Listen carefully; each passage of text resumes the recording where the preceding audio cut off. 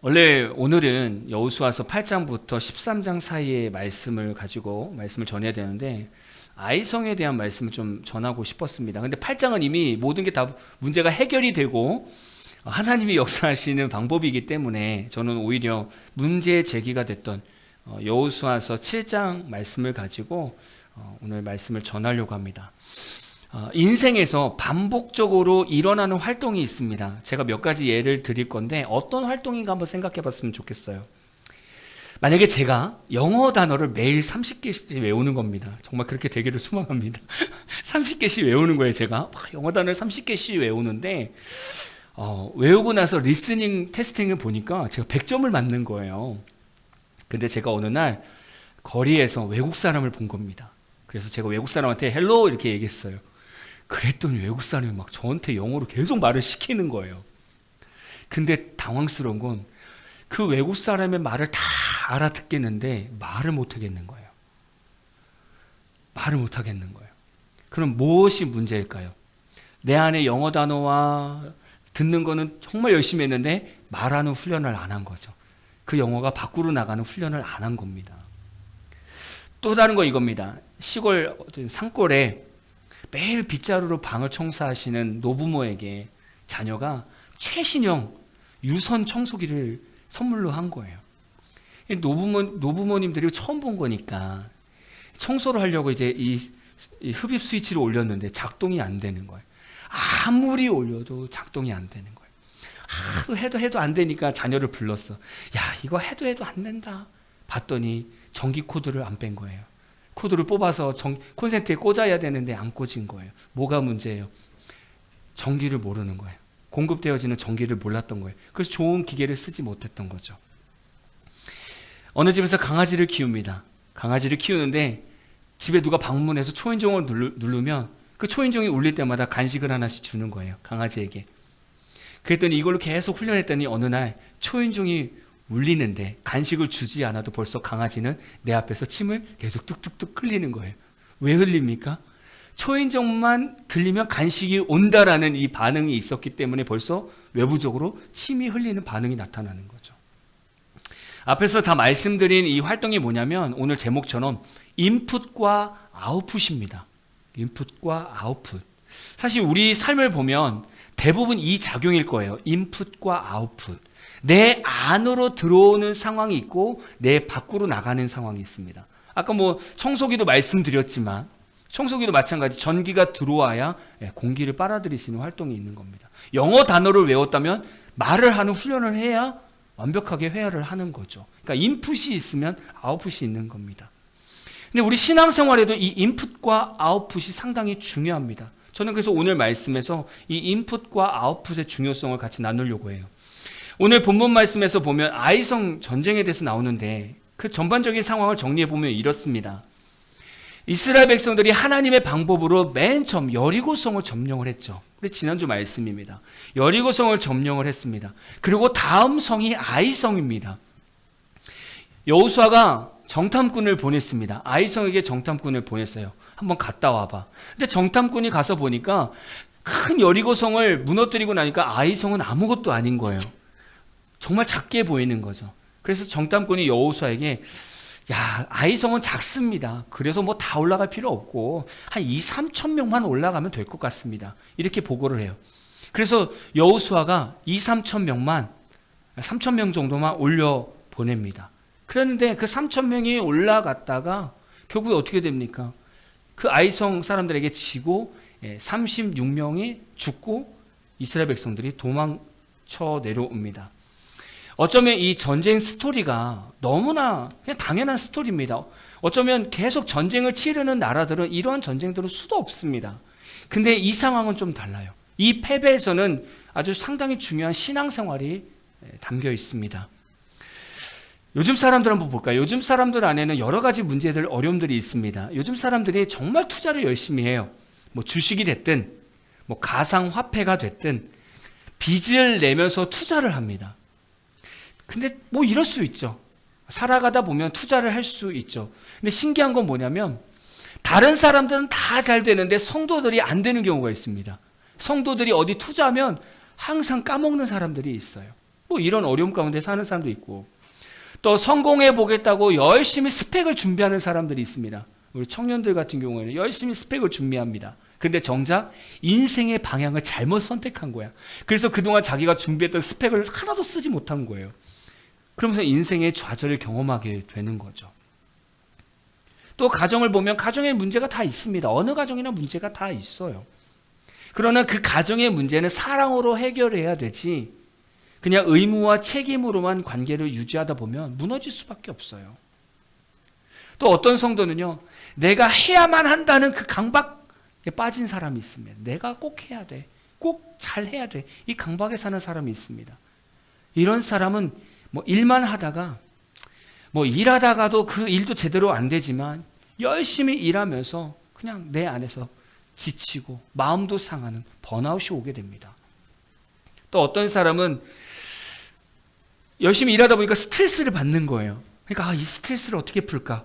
그래서 나만의 방법으로 스트레스를 푸는 방법을 찾았는데, 그러다 보니까 술과 게임과 핸드폰과 뭐 도박 같은 거에 빠져들어서 오히려 더 인생이 더 무너지더라는 거예요. 근데 사실 우리 인생 가운데 이런 사람들이 너무 많잖아요. 정말 많아요.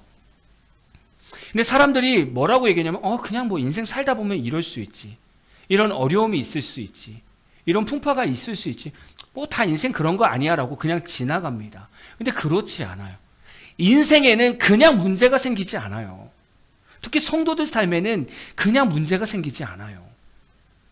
앞에서 예를 들은 것은 인풋과 아웃풋, 어떤 삶 속에서 들어오는 것과 나가는 이 밸런스가 깨졌기 때문에 문제가 생긴 거죠. 그럼 사람들은 인풋과 아웃풋의 이 균형이 깨지면 고립이라는 것이 됩니다. 아무것도 안 된다는 거죠. 성도들 삶에도 마찬가지입니다. 성도들에게도 인생의 고립이 있어요. 근데 성도들 안에 인생의 고립은 다르게 생기는 게 아니에요. 하나님께서 주시는 말씀이 내 삶 가운데 인풋이 되지 않으면, 계속 하나님의 말씀이 내 삶에 주입이 되지 않으면 어느 순간 내 삶은 고립이 되더라는 거예요. 어떻게 인생을 풀어가야 될지 아무것도 모르는 거예요. 또 반대로 들어오는 말씀이 밖으로 표출이 되지 않으면, 아웃풋되지 않으면 그 삶도 여전히 고립이 된다는 거예요. 오늘 본문 앞뒤 내용을 전반적으로 보면서 이스라엘 백성들의 인풋과 아웃풋을 좀 한번 봤으면 좋겠어요. 그 삶을 보면서 내 삶의 인풋과 아웃풋은 건강한가? 라는 걸 좀 점검했으면 좋겠습니다. 첫 번째, 이스라엘 백성들의 인풋을 한번 볼까요? 이스라엘 백성들에게 지속적으로 주어지는 인풋이 뭐예요? 하나님의 말씀입니다. 하나님의 말씀. 이스라엘 백성들에게 기본적으로 주어진 율법 있습니다. 율법. 그리고 또 리더들이나 선지자들 통해서 수시로 주어지는 말씀, 그 인풋이 있죠. 그렇다면 아이성을 점령하기 전의 사건에서 이스라엘 백성에게 주어진 인풋의 말씀은 무엇일까? 여호수아서 6장 17절 18절 볼까요? 천천히 같이 읽겠습니다. 시작.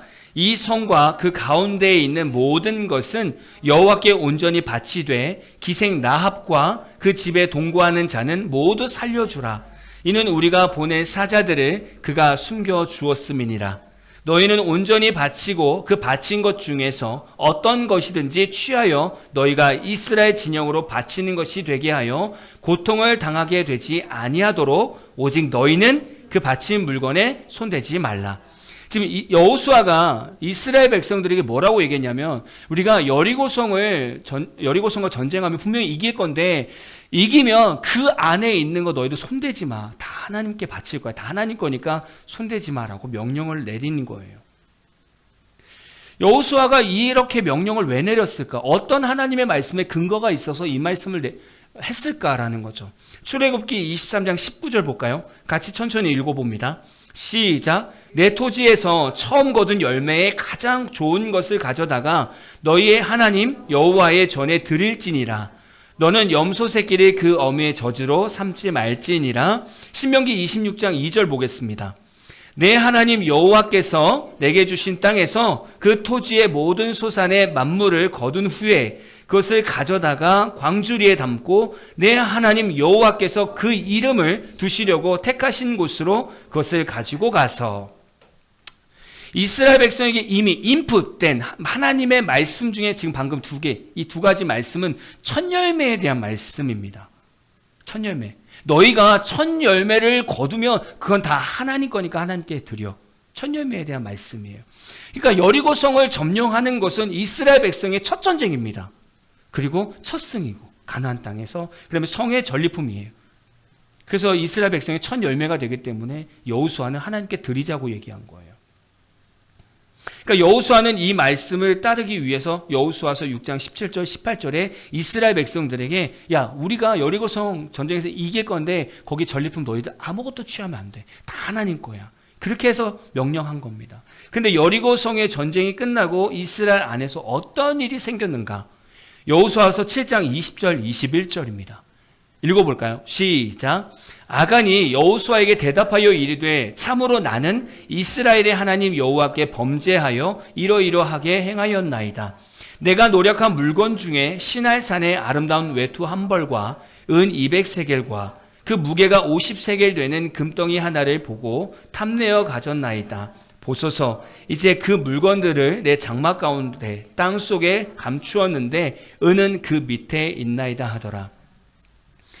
여호수아가 이스라엘 백성들한테 이 여리고성과 싸울 때 뭐라고 명령했습니까? 여리고성을 점령하며 거기 전리품 하나도 취하지 마. 인풋의 말씀이 있었던 거예요. 이미 모든 이스라엘 백성에게 인풋의 말씀이 있었는데 아간에게 그 인풋의 말씀이 없었던 거예요.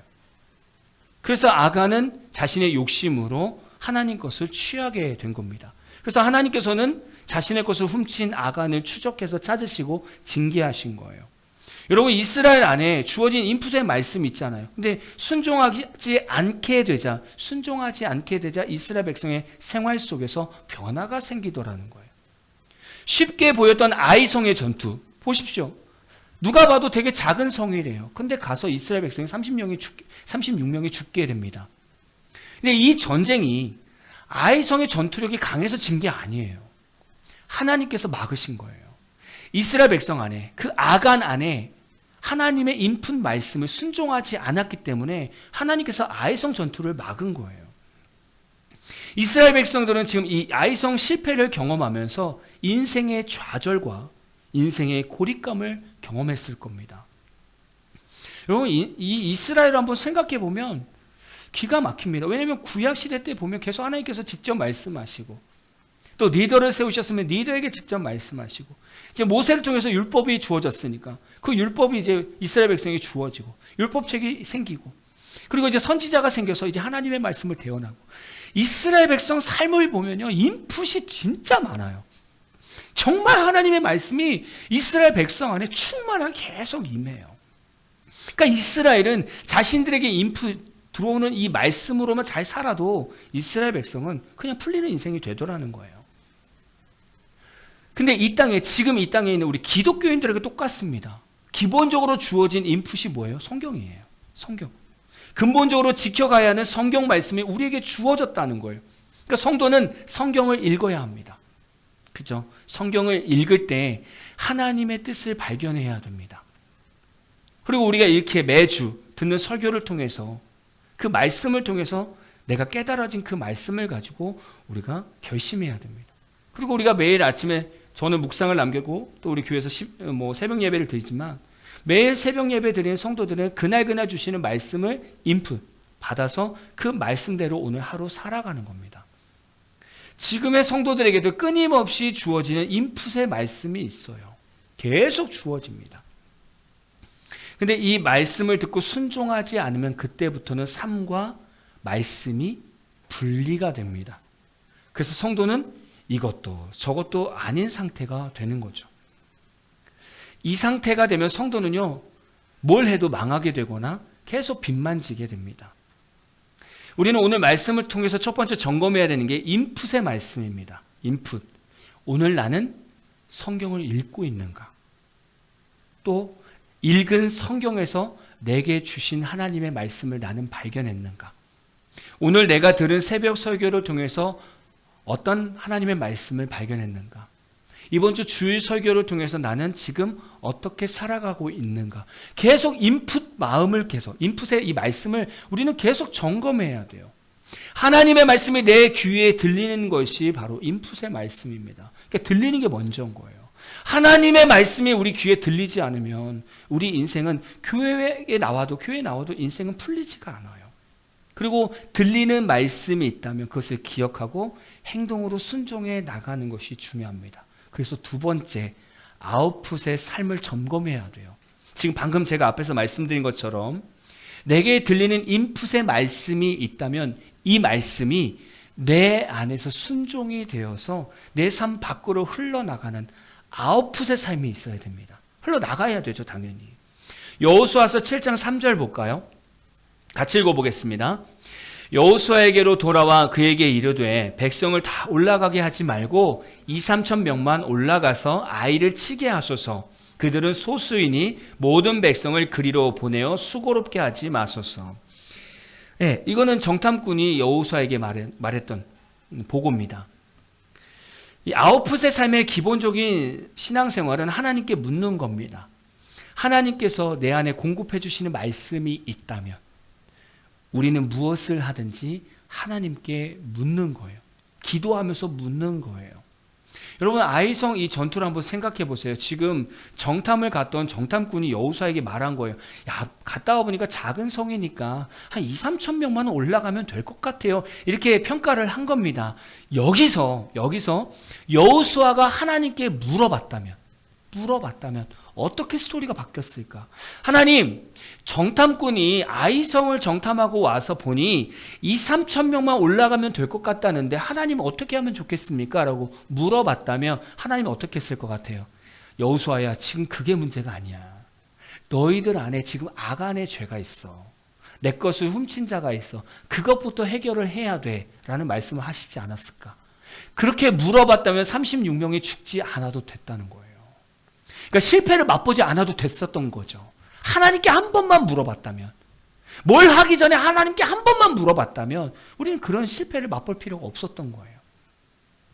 우리 안에는 수도 없는 말씀이 들어옵니다. 계속 들어옵니다. 생각해 보십시오. 매주 말씀을 듣고 매일 새벽에 말씀을 듣고 매일 성경을 읽고 또 어떤 분들은 다른 목사님의 설교도 듣고 계속 인풋의 말씀이 있습니다. 그리고 우리 인생에도 수도 없는 계획과 상황이 있습니다. 우리가 하나님 앞에서 아웃풋 삶 중에 하나는요, 묻는 거예요. 하나님께서 내 안에 인풋, 말씀을 주셨잖아요. 그럼 우리가 아웃풋, 어떤 상황이 벌어졌을 때 하나님께 묻는 거예요. 하나님, 이것을 어떻게 할까요? 물어보는 거예요. 그럼 하나님께서는 인풋, 우리에게 주신 말씀을 근거로 해서 내 환경을 맞춰주시는 거예요. 이 말씀대로 살아가면 돼. 이렇게 깨닫게 해주시는 거예요. 그래서 방법을 열어주시는 거죠. 예를 들면 가정에서 경제적인 어려움이 찾아올 수도 있습니다. 경제적인 어려움이 있을 수 있어요. 근데 만약에 인풋, 내 안에 들어오는 말씀이 없는 성도는 어떻게 할까요? 경제적인 어려움이 오면 하나님께 묻지 않습니다. 그리고 그냥 내가 세상에 뛰어들어가서 2잡, 3잡 뛰면서 어떻게든 돈 벌려고 노력합니다. 그런 성도는 내 안에 인풋의 말씀이 없기 때문에 물어볼 힘도 없는 거예요. 근데 만약에 내 안에 하나님의 말씀이 계속 들리고 계속 들어온다. 그럼 이런 성도는 이렇게 가야죠. 하나님, 지금 경제적인 어려움이 생겼는데 하나님의 뜻이 무엇입니까? 혹시 지금 이스라엘 백성처럼 제가 광야 생활을 해야 됩니까? 아니면 제가 아브라함처럼 하나님의 뜻을 따라서 옮겨져 가야 되는 상황입니까? 아니면 욥처럼 그저 하나님 앞에서 제가 믿음으로 서 있어야 됩니까? 아니면 제 삶 가운데 혹시라도 아나니아와 삽비라처럼 욕심이 있어서 하나님께서 막으신 겁니까? 라고 물어볼 수 있다라는 거예요. 이렇게 말씀을 근거로 계속 묻다 보면 우리는 하나님의 뜻을 발견하게 되는 거죠. 하나님의 감동을 받게 되는 거죠. 네, 그러다 보면 우리 삶을 어떻게 풀어가야 될지 방향성이 보인다는 거예요. 우리가 자연스럽게 이렇게 하나님께 묻다 보면 우리는 자연스럽게 삶을 풀어갈 수 있어요. 이렇게 하나님께 묻는 아웃풋의 신앙생활을 하면 우리 삶은 좌절과 고립이 아니라 점점 풀어져가는 인생을 경험하게 돼요. 근데 많은 성도들이 경험하겠지만 우리가 문제가 생기고 어떤 환경이 주어졌을 때 하나님께 물어보면 바로바로 우리가 깨닫지 못해요. 그러니까 답답하죠. 그래도 우리 성도들에게 부탁하고 싶은 것은 어떤 상황을 우리가 시작할 때, 무엇을 결정할 때 하나님께 계속 물으면서 환경이 주어지는 대로 우리가 실행해 가는 거예요. 내 마음에 감동이 주어지는 대로 실행해 가는 거예요. 그 대신 우리는 계속 하나님께 묻는 거예요. 하나님 이걸 어떻게 할까요? 하나님 왜 이런 일이 벌어졌을까요? 계속 묻는 거예요. 근데 우리가 연약하기 때문에 하나님의 음성을 바로 들을 수가 없어요. 우리가 연약하기 때문에 때로는 성령의 감동을 바로 받을 수 없을 때도 있어요. 근데 우리가 묻고 있으면, 물으면서 우리의 인생을 풀어가면, 혹 우리가 연약해서 하나님의 감동을 잘 못 받았어도 우리가 계속 묻고 있으면 하나님은 우리의 실수를 이렇게 부드럽게 핸들링해서 선한 길로 인도해 가시는 거예요. 그래서 묻는 삶이 진짜 중요한 거예요. 묻는 기도가 중요한 거예요. 그게 아웃풋 삶 중에 첫 번째입니다. 두 번째는요, 이 아웃풋의 삶 중에 하나는 행함이 있는 믿음입니다. 행함이 있는 믿음. 야고보서 2장 17절 볼까요? 같이 읽어보겠습니다. 이와 같이 행함이 없는 믿음은 그 자체가 죽은 것이라. 근데 사실 우리 이 말씀 되게 잘 알잖아요. 근데 교회에서 우리가 이거를 악용한단 말이에요. 때로는 뭐 어떤 권사님한테 권사님 봉사하셔야죠. 아우 제가 힘들어서 못합니다. 아유 행함이 없는 믿음은 죽은 믿음이에요. 권사님 하셔야죠. 이렇게 한단 말이에요. 아유 장로님 우리 교회 행사하는데 헌금하셔야죠. 아우 제가 요즘에 경제적으로 어려워서. 아이고 장로님 행함이 없는 믿음은 죽은 믿음이랍니다. 이 말씀을 우리가 좀 잘못 사용한다는 거예요. 이 의미는 그런 의미가 아니죠. 야고보서 2장 15절 16절 볼까요? 같이 읽어보겠습니다. 만일 형제나 자매가 헐벗고 일용할 양식이 없는데 너희 중에 누구든지 그에게 이르되 평안히 가라, 덥게 하라, 배부르게 하라 하며 그 몸에 쓸 것을 주지 아니하면 무슨 유익이 있으리요. 그러니까 야고보서 2장 17절 말씀에서 행함 없는 믿음을 풀려면 그 바로 앞에 15절 16절을 봐야 돼요. 15절 16절 근거로 해서 이 17절을 푼다면 이런 거죠. 내용 전체를 본다면 이런 겁니다. 우리 교회 안에 성도들 중에서 형제나 자매가 헐벗고 일용할 양식이 없어서 힘든 거예요. 힘든데 우리가 그들과 얘기하면서 그 힘든 사람들이 우리한테 참 마음이 너무 괴롭습니다. 이렇게 얘기하니까 우리가 이렇게 얘기하는 거예요. 아이고 평안히 살아야지. 그러고 가는 거예요. 어떤 사람이 와서 우리한테 아우 제가 겨울에 돈이 없어서 기름을 놓지 못해서 지금 너무 춥게 삽니다. 아이고 성도님 그렇게 사시면 안 돼요. 따뜻하게 살아야지. 겨울에 춥게 살면 감기 걸려요. 따뜻하게 사세요. 그리고 그냥 가는 거예요. 또 어떤 성도가 와서 목사님 제가요 올해는 이번 달은 돈을 못 벌어서 쌀을 살 돈이 없네요. 그래서 너무 배고픕니다.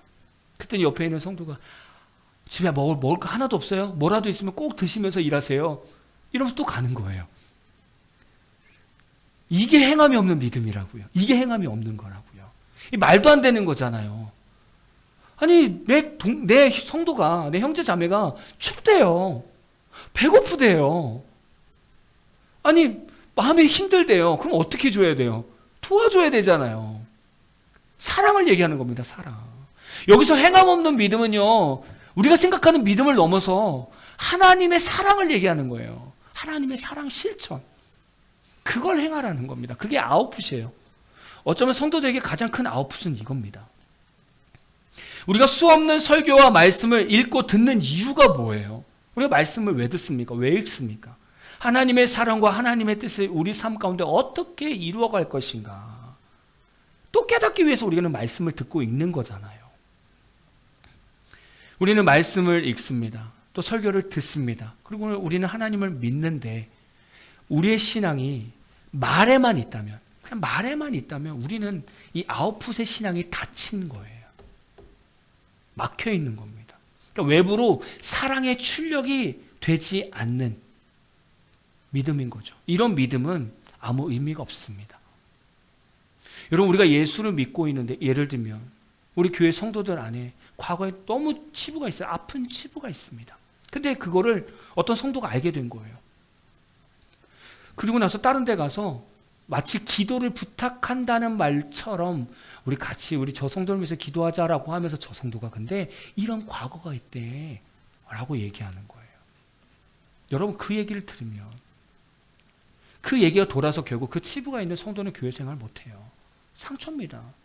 말을 안 하는 게 나은 거예요. 본인만 기도하면 되는 거예요. 알았다면.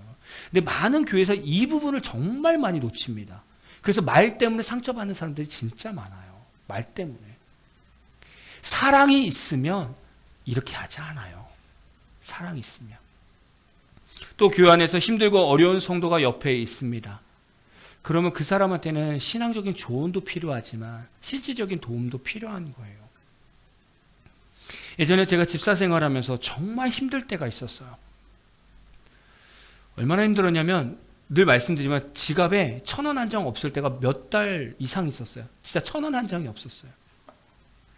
근데 그때 당시에 어떤 집사님이 저희한테 뭐라고 얘기하냐면 그래도 애한테 과자 사줄 500원은 있지 않겠어? 500원, 1,000원 있지 않겠어? 라고 얘기하면서 그냥 지나가시는 거예요. 근데 진짜 저는 속으로 대답했어요. 집사님, 진짜 500원, 1,000원이 없어서 저희 아이한테 과자를 못 사줬어요. 근데 실제로 저희가 그렇게 물질적인 훈련을 받을 때 큰아들 다음이가 과자 먹고 싶다고 막 우는데 그 500원이 없어서 1,000원이 없어서 과자를 사주지 못했던 적이 있었어요. 근데 그때 당시에 어떤 성도가 저한테 그렇게 한 거예요. 500원 정도는 있겠지, 1,000원 정도는 있겠지라고 하면서 그냥 가는 거예요. 그런 게 좀 생각나더라고요. 여러분, 교회는 사랑입니다. 사랑이 아웃풋 돼야 돼요. 하나님의 말씀이 들어와서 사랑으로 아웃풋이 돼야 됩니다. 그래야 건강해요. 그럼 우리가 받은 말씀에서 우리가 얼마나 행하면서 살아야 될까? 얼마나? 우리가 수도 없는 말씀을 듣는데 이 말씀을 우리가 어떻게 행하면서 살 것인가? 물론 100% 순종하면서 살아야겠죠. 근데 이 많은 말씀을 우리가 어떻게 100% 순종하면서 살 것인가? 라는 고민을 하게 되잖아요. 이렇게 생각했으면 좋겠어요. 여러분, 우리가 음식을 먹습니다. 음식을 먹으면 이 음식의 어떤 영양소가 크게 3가지로 이렇게 사용이 된대요. 첫 번째는 기초 대사량으로 소화가 된대요. 그래서 숨쉬기, 체온 유지, 심장 박동 같은 이런 기본 생명 유지의 에너지가 60, 70%가 쓰여진대요. 이 영양분이. 그리고 활동대사, 걷기, 일하기, 운동, 이런 신체적인 활동에 우리가 먹은 이 음식의 에너지가 20, 30%가 쓰임을 받는데요. 그리고 마지막에 열 생산, 음식을 소화하고 흡수하고 또 이렇게 우리 안에 있는 신진대사들 활동할 때 그때 한 10% 정도가 쓰여진대요. 보십시오. 우리 먹은 음식이 다 딴 데로 가는 게 아니에요. 다 골고루 다 갑니다. 여러 가지로 쓰인다는 거예요. 우리 안에 많은 말씀이 들어옵니다. 아까도 말씀드렸지만 주일 말씀도 듣죠. 새벽에도 말씀 듣죠. 우리가 성경도 읽죠. 다른 말씀도 듣습니다. 계속 들어와요. 그 중에 대부분 말씀들은 먼저 우리의 영혼을 먼저 건강하게 만듭니다. 우리 영혼을. 우리에게 새 힘을 주고 우리를 다시 건강하게 만들고 우리에게 새 생명을 줍니다. 어떤 성도는 신앙생활에 힘들게 했던 성도들은 벌써 영혼이 말라 있어서 영양실조에 걸려있는 성도들도 있습니다. 이런 성도들은요, 막 말씀 들으면 계속 이렇게 건강하게 살찝니다. 살쪄요. 그때까지는 계속 인풋이에요. 계속 인풋. 계속. 말씀을 계속 듣게 됩니다. 계속.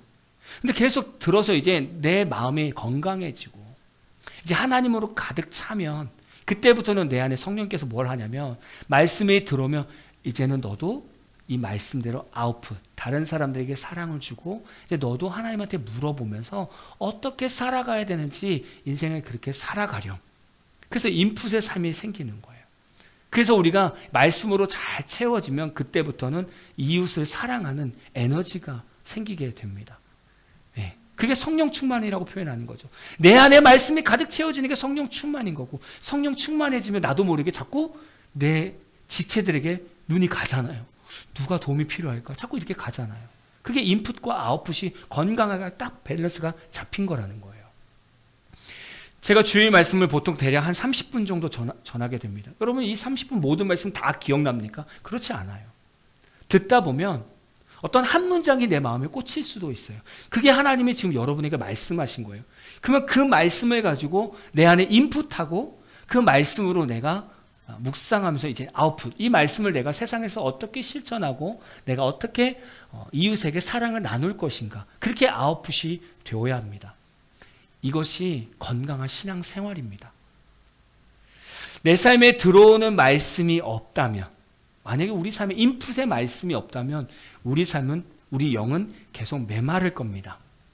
또 그리고 내 삶에 들어오는 말씀이 있는데 행함이 없는 삶이라면 내 삶에는 생명력이 없을 겁니다. 마치 사해바다처럼. 여러분, 사해바다는 요단강에서 물을 받습니다. 근데 다른 곳에 흘려보내지 않아요. 그냥 계속 수증기로 계속 물이 마릅니다. 그러니까 계속 염분이 높아지는 거예요. 그러니까 사람이 거기 빠지면 계속 둥둥 떠 있는 거예요. 그 대신 생명은 없습니다. 물고기는 하나도 없어요. 근데 갈릴리 바다도 똑같습니다. 그래서 요단강에서 물을 받는데 갈릴리 바다는 또 다른 곳으로 계속 물이 흘러갑니다. 그래서 그 안에는 고기가 사는 거예요. 똑같습니다. 우리 안에 하나님의 말씀이 계속 인풋되는데 우리의 행함이 없으면 우리는 사해바다처럼 죽은 성도가 되는 거예요. 비만이 되고요.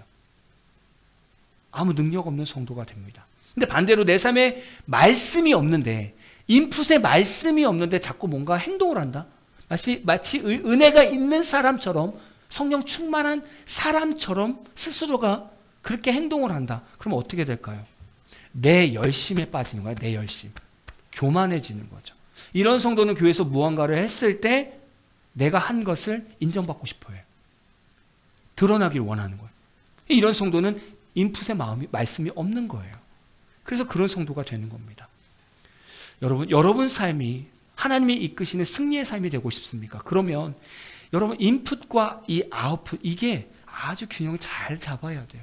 이제 여러분 오늘 이 말씀 붙들고 우리가 이제 한 주 살아갈 겁니다. 한 주 동안도 여러분 삶에 계속 들어오는 인풋의 말씀이 있습니다. 그 말씀 붙들고 여러분 삶에 어떻게 아웃풋, 이 말씀의 삶이 되어가는 걸 좀 봤으면 좋겠습니다.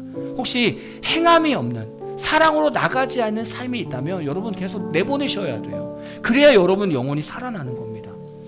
이 신앙생활, 건강한 신앙생활을 경험하는 저와 여러분 되기를 진심으로 축복합니다.